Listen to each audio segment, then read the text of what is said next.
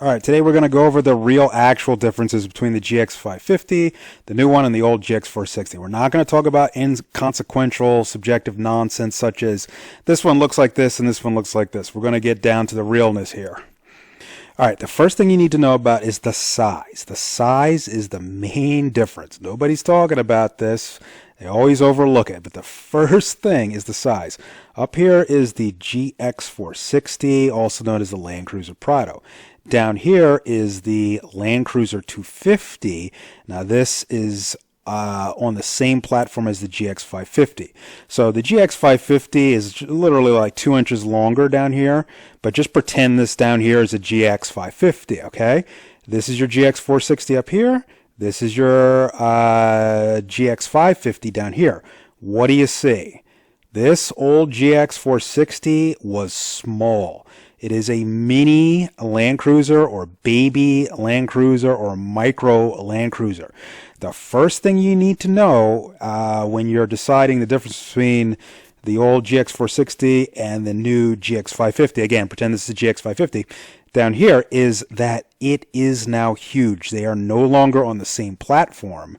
This GX550 down here is now on the full-size TNGA-F platform. Most notably, the wheelbases are different. This old GX460 had a much more ideal wheelbase, whereas this new GX550 down here has a longer 112-inch wheelbase. This is a full-size Land Cruiser down here, where the old GX460 was a mini Land Cruiser. Now you might go, who cares? What's the big deal? It's bigger. Isn't that better? Not so. Up here we see the two-door Jeep Wrangler, which everybody's familiar with. This has a short wheelbase. Look at the distance between the wheels. That's ideal for off-roading. But down here we have what everybody knows is the four-door Jeep or the Jeep Wrangler Rubicon. Look at this long wheelbase. So the wheelbase is longer and the whole car, or the whole Jeep in this case, is larger. So up here we got short wheelbase, ready to go off-roading, very nimble. The approach, breakover, departure angles are all ideal for off-roading. And you can argue that this is also great for off-roading, but objectively speaking, this two-door short wheelbase smaller Wrangler is where it's at for actual off-roading. The advantage is going to be up here in nearly on nearly all parameters. Now, believe it or not, your old Lexus GX460 has a shorter wheelbase than a Jeep Wrangler Rubicon. I know this is not a Rubicon, but I'm just going to demonstrate here that this old GX460 actually had a shorter wheelbase than the Rubicon. So the wheelbase you see here on this Jeep Wrangler Rubicon is longer, yes, longer than the current or old Lexus GX460. The GX460 has a shorter wheelbase than this Jeep. So what does that mean? You're looking at it. Check out this two-door Jeep and check out the old GX460. This wheelbase is closer to this wheelbase than the GX460 wheelbase over here being closer to the GX550 wheelbase. So in other words, this is a mini Land Cruiser. It's a small Land Cruiser on a completely different platform from the Land Cruiser 200, the full-size Land Cruiser of this era. Believe it or not, Toyota even made a smaller wheelbase Land Cruiser Prado, which this wheelbase is right on par with the two-door Jeep Wrangler you just saw. So here we see a Land Cruiser 200. So this is the last generation of full-size Land Cruiser. This is the large or long wheelbase Land Cruiser. This was on a totally bigger platform than the GX460. GX460 was small. This is giant. Now, the GX550 that's going to be coming out this year is now this size. It is no longer small. So now you're getting a full-on, fat, full-size, big boy Land Cruiser. And the international viewers get so triggered when I say, this is the American version of the Land Cruiser now.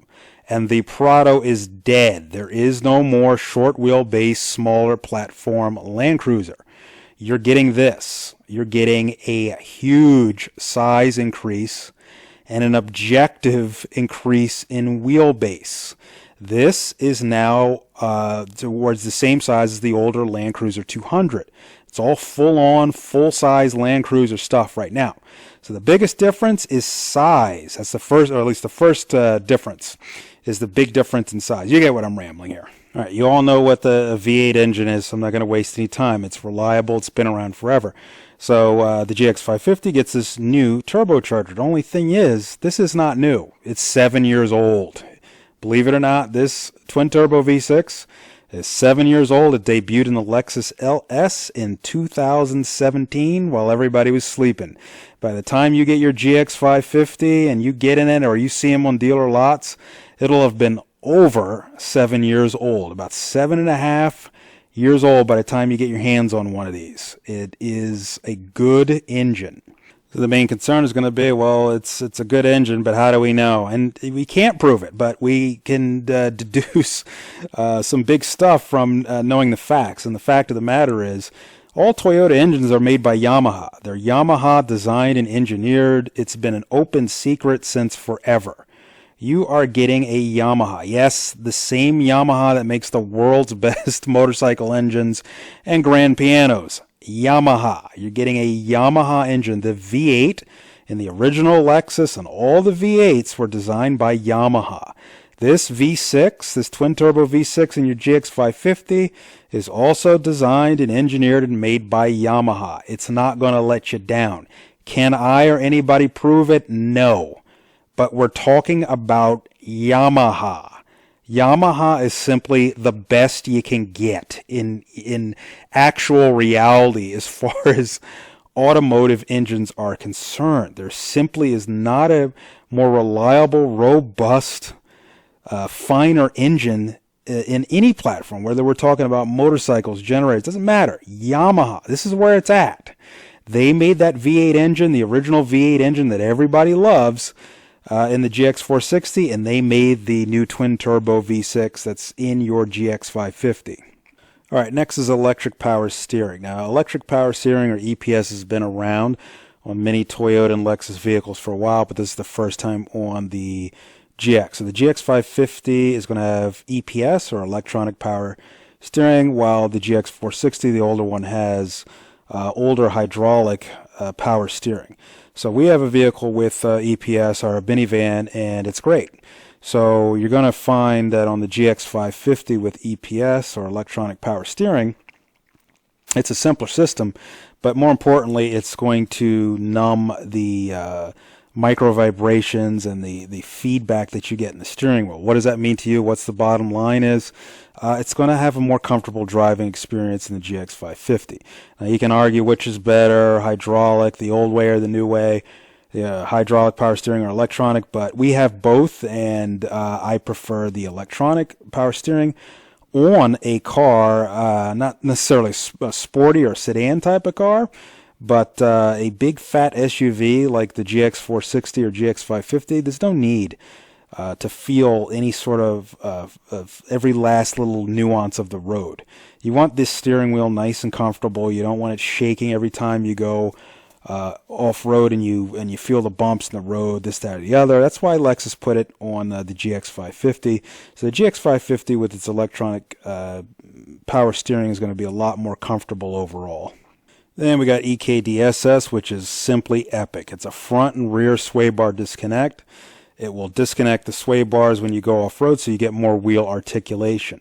The GX550 is going to have EKDSS, and the older GX460 is going to have KDSS.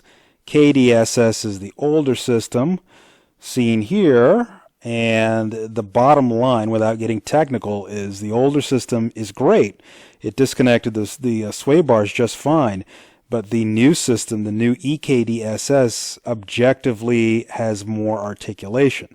So that means off-road, it's just going to be better. The articulation, which we can see some articulation here, is just going to be more. The wheels, when the sway bar is disconnected, it allows your axles to articulate, and thus the tires can maintain contact with the undulations in the road. The EKDSS system is objectively better as far as articulation goes. Now, this next one is both subjective and objective because this GX550 that you see here is going to get more power. Everybody knows that. And it's going to be more thrilling to drive. So, objectively, the power is increased. There's no way around that. And everybody knows that. And then the subjective part is this: you may find this increased power, both horsepower and torque, to be more thrilling. Now, some people will argue that the V8 has more character, more soul, blah, blah, blah, blah. But at the end of the day, people are most likely going to react to the increased output of the GX550, regardless of the, quote, character of the engine. Additionally, a twin-turbo V6 has a character all to its own. In other words, it's kind of like a rally car. It's a different type of character. It's hard to describe, but I certainly wouldn't call it or characterize it as soulless or boring or anything of the sort. It's going to actually have a rally car, race car, Dakar rally type of feel to it when you hear those turbos and the sound of that V6. Different from V8, but definitely not some boring, uncharacterless engine. And then there's the issue of all the subjective stuff that has been improved. And what I mean by that is, what I'm saying is basically noise, vibration, and things like that. Noise, what do they call it? NHV, noise, harshness, vibration, right? So this is a modern vehicle. The GX460, as everybody knows, is old. So they fine-tune every little thing about this new platform here, this TNGAF platform. So your Lexus GX550 is going to be fine-tuned insofar as smoothness, rattles, vibration, harshness, all that stuff that people's like, well, that doesn't matter. It's an off-roader, blah, blah, blah. Who cares? But that does matter. Once you get out there and you realize how refined the vehicle is, it's just addictive. These are refined vehicles. Both the GX460 and this GX550 are refined vehicles. So there's no squeaks, there's no rattles, they're tight, they feel good. But this one is going to feel even better. Have I driven it? No. But we can hear reports already from the Land Cruiser 300 upon what this vehicle is based on, and the Lexus LX600, again on the same platform, that the harshness and vibrations have been dampened or improved dramatically. I know I'm rambling here. My point is, it feels good, feels better. And that's the bottom line to you, is this thing is just going to feel better. Now, how much better is it going to feel? Well, to answer that, let's look at Great Grandpa here, the GX that started it all. This is the Lexus GX470. Before the GX460, there was the GX470. Don't get confused about the numbers. There was the engine displacement. The older one is the 470. The newer one is the 460.